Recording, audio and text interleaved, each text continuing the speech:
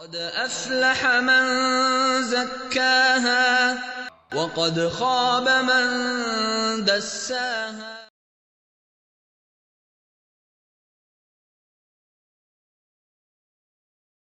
السلام علیکم ورحمۃ اللہ وبرکاتہ.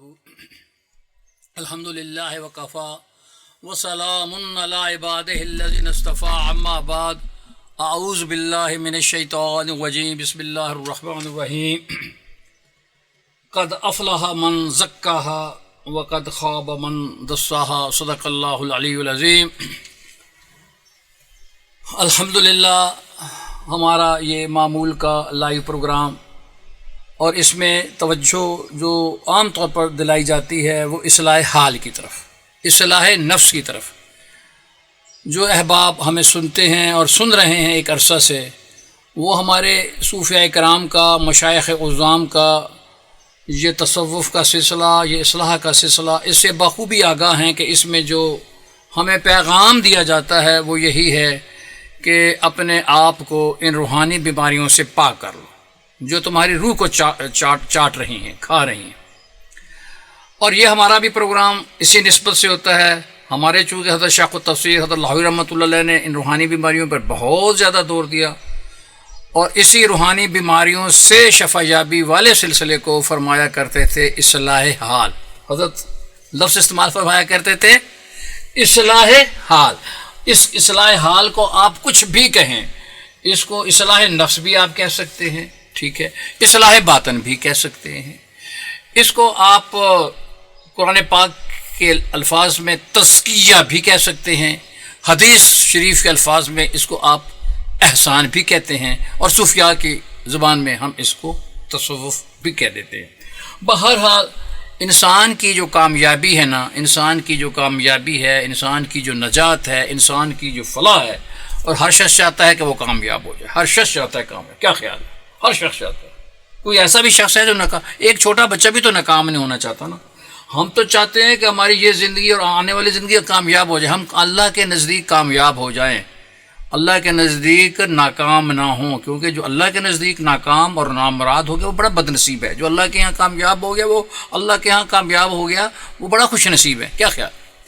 اللہ جل شانہ نے یہی بات ارشاد فرمائی. جو اب میں نے ایک آیت آپ کے سامنے پڑھی، میں اس آیت کو انشاءاللہ تلاوت کرتا رہوں گا. اور یہ آیت جو ہے یہ سورہ شمس کی آیت ہے. سورہ شمس، اللہ جل شانہ، یہ قرآن پاک کے اندر ایک سورت ہے سورہ شمس کے نام سے. اور اس سورت کے اندر جو ہے اللہ جل شانہ نے 7 قسمیں کھائیں. اکثر میں نے اس پہ عرض کیا، اکثر بیان بھی بہت کیا. 7 قسمیں کھا کے نفس کی جو پاکیزگی ہے، نفس کی جو طہارت ہے، اس کو بتایا کہ دیکھو اپنے نفس کو پاک کر لو. سورج کی قسم، چاند کی قسم، دن کی قسم، رات کی قسم، آسمان کی قسم، زمین کی قسم، اور نفس کی قسم کہا کہ یہ بات فرمائی.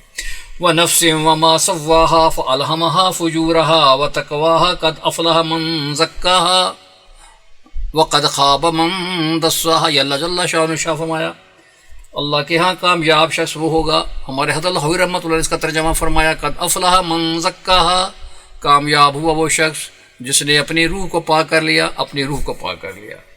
بھائی اپنے روح کی اصلاح کر لو، اپنے روح کو پاک کر لو، اپنے نفس کو اصلاح کر لو. بس اسی پہ زور ہے ہمارا. اور یاد رکھیں قرآن مجید میں انسان کی جو کامیابی ہے، فلاح ہے، اس کو 3 چیزوں کے ساتھ وابستہ کیا گیا. ہاں، ایک جگہ ارشاد فرمائے وَتُوبُوا إِلَى اللَّهِ جَمِيعًا أَيُّهَا الْمُؤْمِنُونَ لَعَلَّكُمْ تُفْلِحُونَ. فلاح کا لفظ، توبہ کرو اللہ کے سامنے سب مل کر، اے مسلمانوں، اے مومنوں، لعلکم تفلحون، تاکہ تم فلاح پا جاؤ. ایک جگہ یہ ارشاد فرمایا سورۃ اعلیٰ کے اندر قد افلح من تزکا. وہ شخص فلاح پا گیا، وہ شخص کامیاب ہو گیا جس نے اپنے آپ کو پاک کر لیا، جو ستھرا ہوا.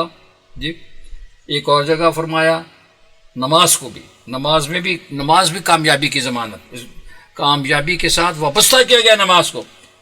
قد افلح المؤمنون، قد افلح المؤمنون الذین هم فی صلاتهم خاشعون. تحقیق فلاح پا گئے وہ لوگ، وہ مومن جو اپنی نمازوں میں جھکنے والے. یعنی انسان گناہوں سے توبہ کرے، پہلے تو گناہوں سے توبہ کرو. جب انسان اللہ والوں کی صحبت میں آتا ہے نا تو یہ چیزیں بنتی ہیں میرے دوستوں بزرگوں بہنوں بھائیوں. صحبت اہل اللہ، اسی لیے آپ سے کہتے ہیں بار بار. تو وہ توبہ کرواتے ہیں، پہلے شیخ توبہ کرواتا ہے، انسان سب سے پہلے گناہوں سے توبہ کرے. وَتُوبُوا إِلَى اللَّهِ جَمِيعًا، سب لوگ توبہ کرو، توبہ کرو اللہ کے سامنے سب مل کر، تاکہ تم فلاح پا جاؤ، کامیابی پا جاؤ. کامیابی اصلاح حال کے اندر، کامیابی اصلاح نفس کے اندر.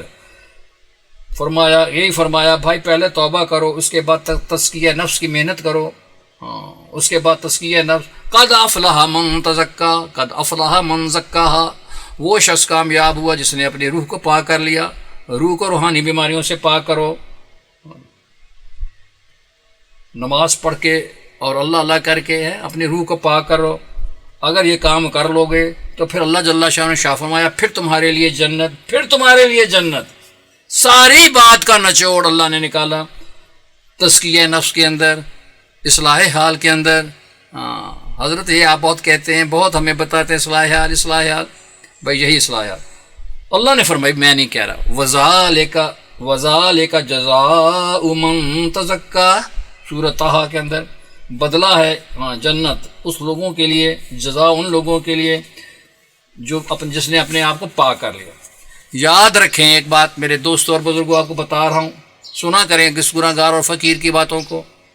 ہمارے مشائخ نے ارشاد فرمایا خلق الانسان من اربعۃ اشیاء، 4 چیزوں سے انسان کی تخلیق ہوئی، ماں پانی سے، آگ سے، مٹی اور ہوا سے. یہ 4 عناصر انسان کے اندر اپنے اثرات رکھتے ہیں. بھائی ان کا بہت اثر ہے. کسی آدمی میں کوئی ایک جزو غالب ہوتا ہے، کسی میں پانی کا، کسی میں آگ کا، کسی میں مٹی کا، کسی میں ہوا کا، اور اسی سے اس کی بہت سارے امراض کی پہچان بھی ہوتی ہے. دیکھو اگر پانی کا عنصر غالب آ گیا کسی کے اندر تو وہ بڑا عقل مند اور دانا ہوگا. ایسا بندہ سیلانی طبیعت کا مالک ہوتا ہے. سیلانی طبیعت کا مطلب یہ ہے کہ وہ بڑا تیز ترار بنتا ہے، اس کے اندر عیاری اور مکاری ہوتی ہے، جس کی وجہ سے وہ اپنے آپ کو بڑا عقل مند آدمی سمجھتا ہے، بہت تیز ہوتا ہے، کلیور، جس کے اندر پانی کا عنصر غالب ہوگا. کیا سمجھے؟ بیلنس ہونا چاہیے بھائی ہر ایک چیز کے اندر.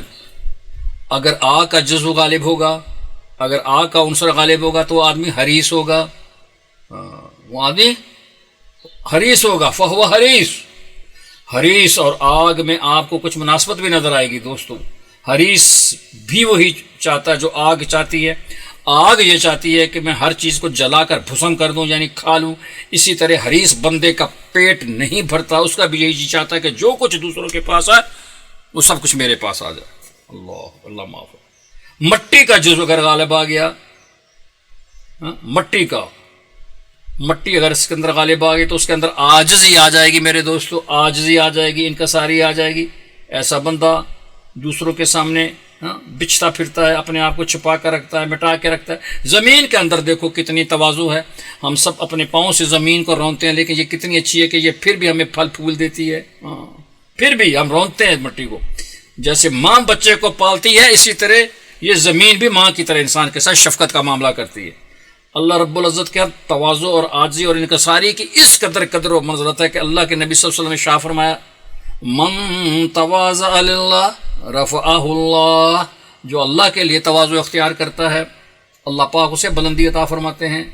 اور اگر میرے دوستوں بزرگوں بہنوں اور بھائیوں ہوا کا عنصر اس کے اندر کسی کے اندر غالب آ گیا، ہوا کا جزو غالب آ گیا تو وہ آدمی متکبر ہوگا. متکبر بندہ ہوا میں اڑتا ہے، صبح ہوا اڑاتی ہے متکبر مغرور بندہ، اللہ معاف کرے، جس کی وجہ سے اس کے پاؤں زمین پر نہیں لگتے اور وہ فٹ بال کی طرح اچھلتا پھرتا ہے، خوب ناچتا ہے اور سمجھتا ہے کہ میں بڑی چیز بن گیا، میں اپنے آپ کو بہت کرتا. اللہ معاف کرے. یہ تکبر عزازیل راخوار کر، بزندان لعنت گرفتار کر. بھائی دیکھو عرض یہ کرنا چاہتا ہوں مختصر طور پر، جو انسان یہ چاہے کہ اس کی زندگی کا توازن برقرار ہے، اسے چاہیے کہ وہ کسی اللہ والے کی خدمت میں رہے. ہم تو یہی عرض کرتے ہیں، ہمارا نچوڑ تو یہی ہے کہ بھائی اصلاح نفس کر لو، اصلاح حال کر لو، اسی میں تمہاری کامیابی. اسی کی طرف ہم دعوت دیتے ہیں. اسی موضوع کے اوپر ہماری انشاءاللہ آپ سے بات چلتی رہے گی. خود بھی سنا کریں باتوں کو، ذکر کو، بیان کو، اور دوسروں کو بھی سنوایا کریں، پابندی سے سنا کریں. ہمارے پروگراموں میں بھی تشریف لایا کریں. اللہ والوں کی صحبت اور اللہ کے نام کی ذکر کی کثرت. دعا فرمائیں اللہ اصلاح حال کروا کر دنیا سے جانے کی توفیق نصیب فرمائے. وآخر دعوانا الحمدللہ رب العالمین. ألا بذكر الله تطمئن القلوب